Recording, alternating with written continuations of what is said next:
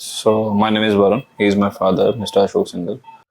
So basically हम परसों hospital आए थे बिकॉज वो काफ़ी एंजाइटी फील कर रहे थे और काफ़ी प्रॉब्लम था उन्हें. हम उससे पहले एक हॉस्पिटल और गए थे तो वी गॉट टू नो कि उनको शायद कार्डियक अरेस्ट का थोड़ा सा प्रॉब्लम हो रहा है. आप आए थे यहाँ पे उनको मतलब इमीडिएटली एडमिट मिला सीसीयू में और आफ्टर द इमीडिएट ट्रीटमेंट उनको 5-6 घंटे ऑब्जर्व किया गया. स्टंट डाला फिर finally. So the service is good. Doctors are very good, very polite. They are continuously in touch with us. बाकी एक्सपीरियंस पापा बताएंगे कैसा रहा अंदर का. नहीं, अच्छा था. अंदर भी बहुत अच्छा था. मेरे को किसी को कुछ कहना ही नहीं पड़ा स्टाफ को कि मेरे को ये चाहिए. They are always standing there.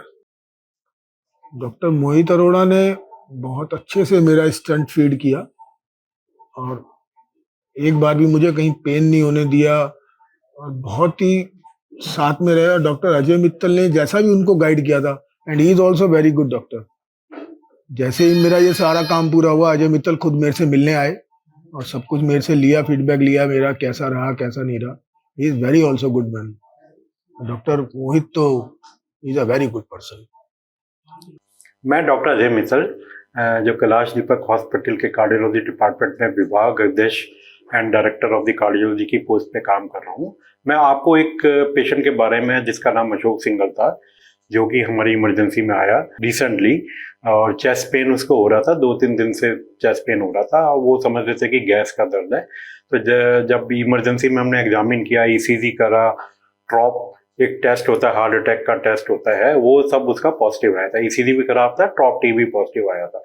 फिर तुरंत हमने इसका इको किया. इको के अंदर भी हार्ट अटैक के चेंजेस आ रहे थे. तो हमने उसको कहा कि आपको ये गैस वैस का दर्द नहीं है, ये हार्ट की वजह से ही दर्द हो रहा है. तो उसको हमने तुरंत कहा कि आप एडमिट होकर एंजियोग्राफी करेंगे तुरंत, और अगर कुछ ब्लॉकेज होगा तो हम डिस्कस करके उसमें फर्दर उसका ट्रीटमेंट हम करेंगे.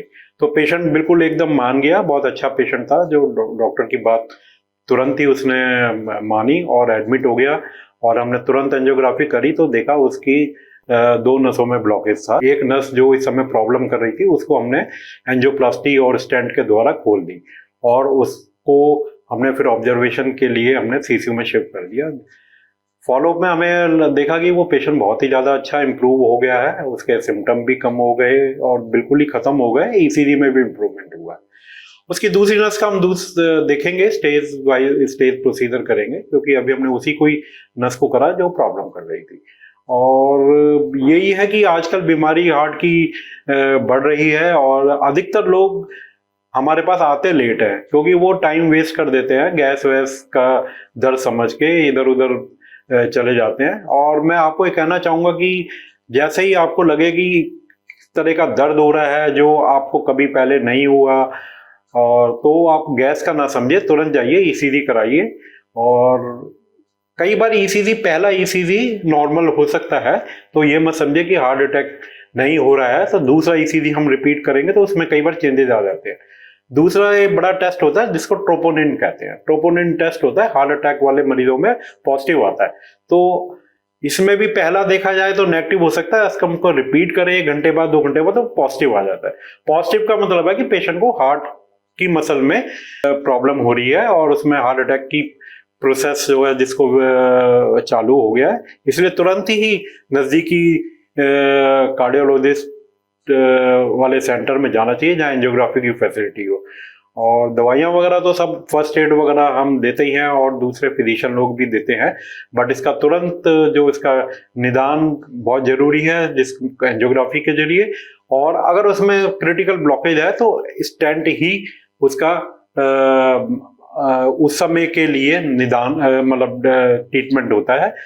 और फर्दर तो लॉन्ग टर्म ट्रीटमेंट आपको पता ही है कि लाइफस्टाइल बदलना चाहिए, डायबिटीज का कंट्रोल होना चाहिए, स्मोकिंग धूम्रपान बिल्कुल नहीं होना चाहिए, अल्कोहल का सेवन नहीं करना चाहिए, जो वसा ज़्यादा है, लिपिड जिसको बोलते हैं हम, कोलेस्ट्रॉल बोलते हैं, चर्बी कॉमन भाषा में चर्बी बोलते हैं खून के अंदर, तो उसका कंट्रोल करना भी बहुत ज़रूरी है. इन सब चीज़ों का हम ध्यान रखें और रेगुलर फॉलो जरूर कराएं अपने कार्डियोलॉजिस्ट से, क्योंकि वो टाइमली पता लगा सकता है कि क्या प्रॉब्लम हो रही है और क्या ट्रीटमेंट चेंज करना है कि नहीं करना है या वही चलेगा.